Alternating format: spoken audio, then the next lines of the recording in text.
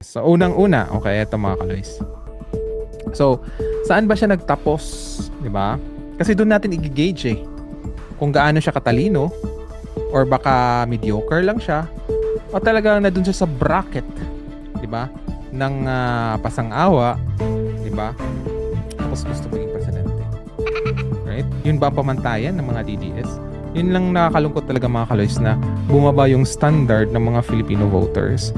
At nakapagtataka nga tayo, bakit yung mga nasa ibang bansa, na nasa first world country, na iba yung sistema nila, na walang tukhang dun, and yet they are supporting itong tukhang style na, di ba, walang due process. And aside from that mga kaloys, alam naman ng mga OFWs kung ano talaga ang tama. At ito naman mga Katoliko, di ba, bakit suportado niyo yung tao na ang bunganga ay sobrang dumi at mahilig manggurgur? Right? Anong klase kayong Katoliko? Diba? At saka BFF ng isang tao na nagsasabi na siya daw ang appointed son of God. Come on! Meron naman sabi, respeto niyang religion. Come on! Kinagago na kayo. Right? Anyway, pagiging panatiko na yun mga kaloys. So dito mga kaloys ay nasa ano talaga, nagtapos talaga itong si Sara sa San Sebastian College.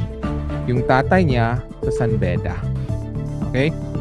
So, ano ba yung standard noon? So, eto mga kaloys, noong 2024 December, in-invite po si Sara doon sa kanilang, ewan ko, parang magbigay yata siya ng speech. Okay? Ito yung, si Sara. Ayan. Okay? So, yun yung mga ibang lawyers na yata yan from San Sebastian. So, bakit hindi siya nakapagtapos? Okay? Sa San Beda. Malamang. The probability is very high. Hindi na tayo mag-research. The probability is very high ay hindi niya nakayanan. And see, di ba? Ngayon nga, hindi nga nakayanan yung yung interview. Imagine yung mga DDS vloggers ang nag-interview sa kanya tapos nag-complain pa siya kasi yung tanong wala sa script. Imagine DDS vloggers yan. Yung bayoteros. Bakit ayaw niyang kay halimbawa yung mga sikat talaga na mga nasa media na magaling talaga magtanong. Baka siguro English. Pwede naman siyang mag-ask ng interpreter. Importante kasi ay may laman. 'Di ba? Kasi ang language is lang yun way of communicating Right? Ang importante kasi may laman yung sasabihin mo kahit Chinese 'yan, 'di ba? Siya nga syukran nga 'di ba? 'Di ba? Qin hao ma qin chang zong. Ang dami niyang Dahil ba nagsasalita siya ng ganun, ang galing na niya? No. Focus on the content. 'Di ba? Kasi yung language is process of transmitting kung ano yung gusto mo iparating. 'Di ba? Agree ba kayo mga kaloys? So, dahil nga questionable nga yung pagiging lawyer ni Sara, paano siya nakapasa? 'Di ba? Tapos ang binaba niya yung standard ng mga lawyers. Kaya siguro yung ibang lawyers nahihiya. Pero may kilala tayong vloggers, 'di ba, na ilang beses nag-take ng bar exam. Tapos kung makapagsabi sa ibang mga vloggers ay mga 80-80 daw, 'di ba? Ilang beses mo nga tinake yung bar exam tapos sabihin mo matalino ka. Come on. Dapat bar top notcher ka, 'di ba? Pero anyway, ganun ang mga DDS Just like Sara. 'Di ba? Mahilig magbuhat ng bangko. That's pambubudol. Right? Because alam mo kung ano yung weakness mo and yet pinaproject mo na ikaw. That's budol. Hindi ka naging totoo. Kung hindi ka nga naging totoo sa sarili mo, tapos kayong mga panatiko naniwala sa kanya, anong tawag sa inyo? Tangi. Di ba? So dito mga kaloys, sinearch natin kung kailan ba talaga si Sara, nag-law. Nag-aral sa law.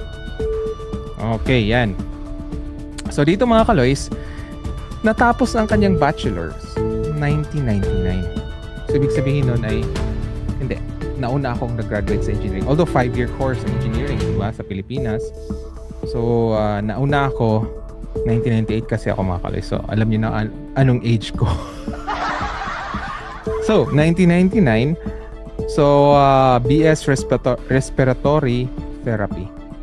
Dito pa lang mga kaloys, makikita mo na kung ano yung foundation niya. Kasi normally, ang magiging magaling sa College of Law ay yung mga kumuha ng philo, 'di ba? Pero may mga iba rin akong kilala na mga engineer na nag-proceed ng law.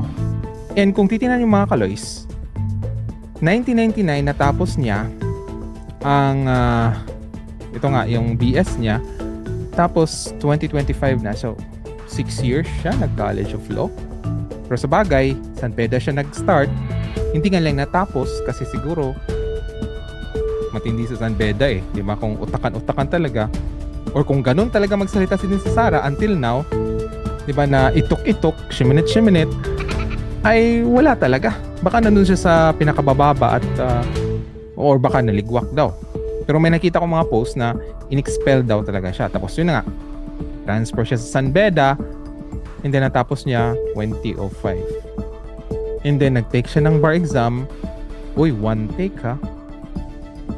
Pero yun na nga, heto, may revelation tayong nakita sa social media. May ito mga kapis. Okay.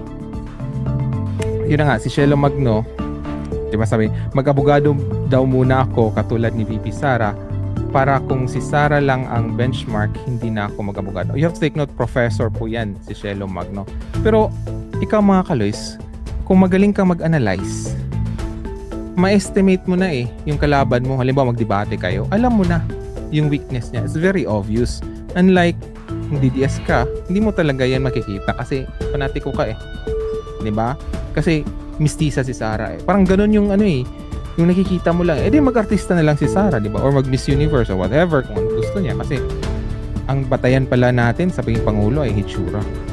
Leadership skill pong kailangan natin at talino. So, dito mga kaloys, may nag-comment kasi may nag-question Yan po hindi po kating sa puting in-screenshot ko lang. Okay? Na sabi dito, a rich elite friend met with me sa plane to Cebu. She said her close friends in Manila and influential families paid daw for them to pass the bar exam. So, ibig sabihin nun mga kaloys, mayroong corruption sa Supreme Court.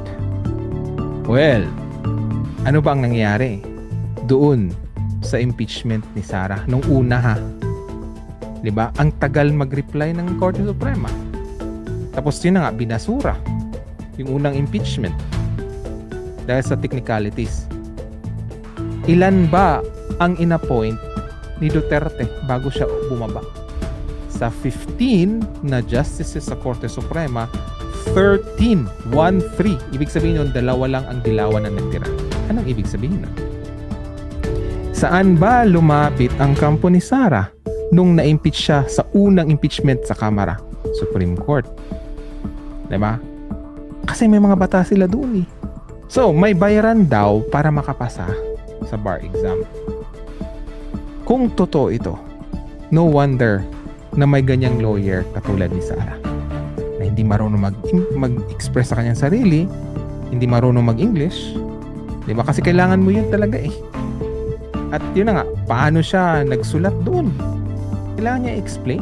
Well, sa bagay, makita mo naman doon sa mga hearing, di ba? Pag hindi niya masagot, tingin siya doon sa kanyang, right? Kung sa interview, kung wala sa script, magko-complain siya. Tapos gusto niyo maging presidente. Ganun ba ang gusto niyo? Paano siya makipag-usap sa ibang presidente? Ano niya i-defend ang Pilipinas? Di ba? Kung hindi siya marunong mag-express sa kanyang sarili. Yun pa lang, di ba? So, yun na nga, may corruption daw mga kaloys. Yun yung sinabi nitong si Ali. Ano sa tingin niyo mga kaloys? What's the probability na totoo nga ito?